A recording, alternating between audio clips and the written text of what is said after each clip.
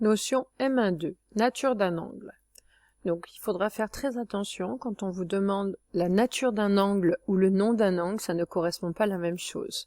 Donc le nom, on l'a déjà vu, c'est avec les notations de la figure, donc les 3 lettres collées au-dessus, il y a un chapeau. Quand on vous demande la nature, donc il va falloir préciser si votre angle est plat, droit, obtus, aigu, et faire attention à l'orthographe. Alors un angle plat, il est formé de 3 points alignés, et la mesure, ça sera 180 degrés. Donc 179 degrés, c'est proche, mais on ne considérera pas que c'est un angle plat. Donc plat, c'est pile 180 degrés. Deuxième nature possible, un angle droit, donc c'est la moitié d'un angle plat.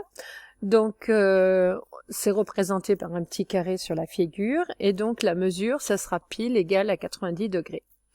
Un angle obtus, alors attention, un angle obtus, il y a un S, donc faut faire attention à l'orthographe. Donc un angle obtus, c'est plus grand qu'un angle droit, donc à vue d'œil, vous devez pouvoir voir si l'angle il est plus petit ou plus grand qu'un angle droit. Du coup, la mesure d'un angle obtus est supérieure à 90 degrés. Voilà, je corrige. La dernière nature, c'est angle aigu.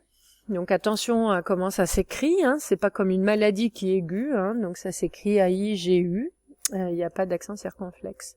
Donc un angle aigu, c'est plus petit qu'un angle droit, donc la mesure sera comprise entre 0 et 90 degrés. Donc bien faire attention, à vue d'œil, vous devez savoir si votre angle est plus petit ou plus grand qu'un angle droit. Donc inférieur, c'est aigu, plus grand, c'est obtus. Exemple, donc là je vous propose 3 angles. Vous avez un angle vert, orange, bleu. Donc, par rapport à cette figure. Et vous devez être capable de compléter donc les 4 lignes du tableau, donc le nom, sommet, nature, côté. C'est sur ça que vous allez être évalué. Donc il est important que vous sachiez et que vous mélangez pas les lignes. Alors le nom, on a dit, de l'angle vert, c'est avec les lettres de la figure. Donc il y a un X minuscule, un A majuscule qui est pour le sommet, et un Y minuscule.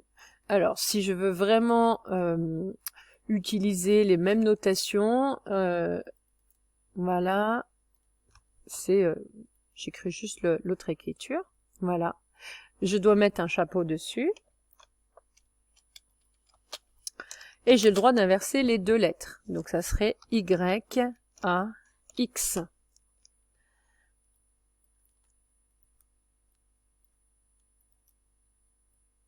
Alors moi j'étais au départ pas dans cette police. Voilà. Donc faire attention entre la différence entre une lettre majuscule et une lettre minuscule. Donc une minuscule, ce n'est pas un point en géométrie, vous voyez qu'il n'y a pas de trait, il n'y a pas de petite croix. Ici par exemple, là il y a un trait, donc ça correspond bien à la croix avec un côté de la demi-droite, là. Donc le point C, là, c'est une lettre majuscule. Donc quand on a des lettres minuscules, ça correspond aux directions. Donc ça, on l'a vu tout au début de l'année, quand on a vu justement les demi-droites. Voilà. Ici, le point L, le point T, le point P sont des lettres majuscules, ce sont bien des points. Alors, le sommet de l'angle, voilà. Le sommet de cet angle, donc c'est le point A. Donc c'est un point, en géométrie, c'est une lettre majuscule. La nature de l'angle vert. Donc la nature, c'est aigu, obtus, droit, plat. Ici, on voit qu'il est plus petit qu'un angle droit, donc ça s'appelle un angle aigu. Donc on n'écrit pas que aigu, mais bien angle aigu. Ensuite, les côtés, donc il y en a 2. Donc les côtés, ce sont les demi-droites de l'angle. Donc crochet parenthèse pour écrire des demi-droites. Donc ils ont pour origine les demi-droites le point A, puisque c'est le sommet de l'angle. On a AX et l'autre c'est AY.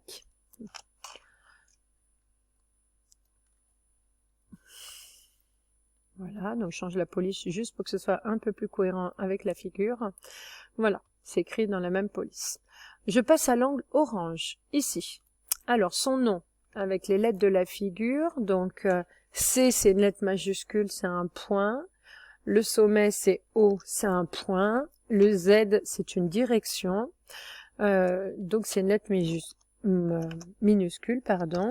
Ou alors je peux commencer par le Z minuscule, le O et le C. En tout cas, il faut vous appliquer pour qu'on voit bien la différence entre une majuscule et une minuscule. Voilà. Je n'oublie pas mes chapeaux sur les angles.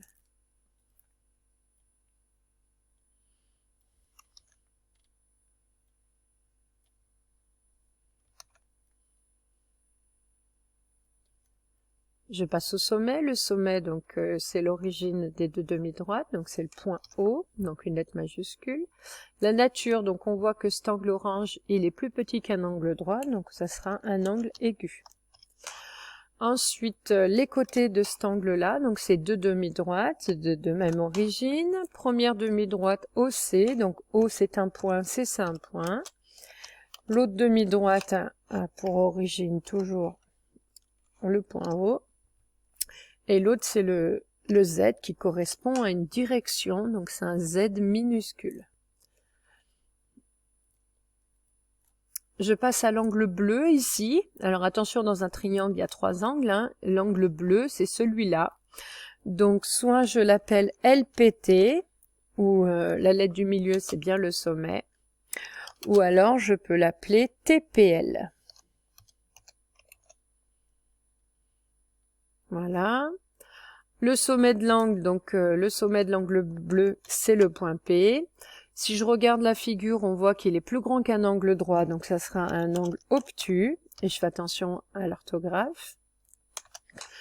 Ensuite, les côtés de l'angle, donc ce sont deux demi-droites qui ont pour origine toutes les deux P.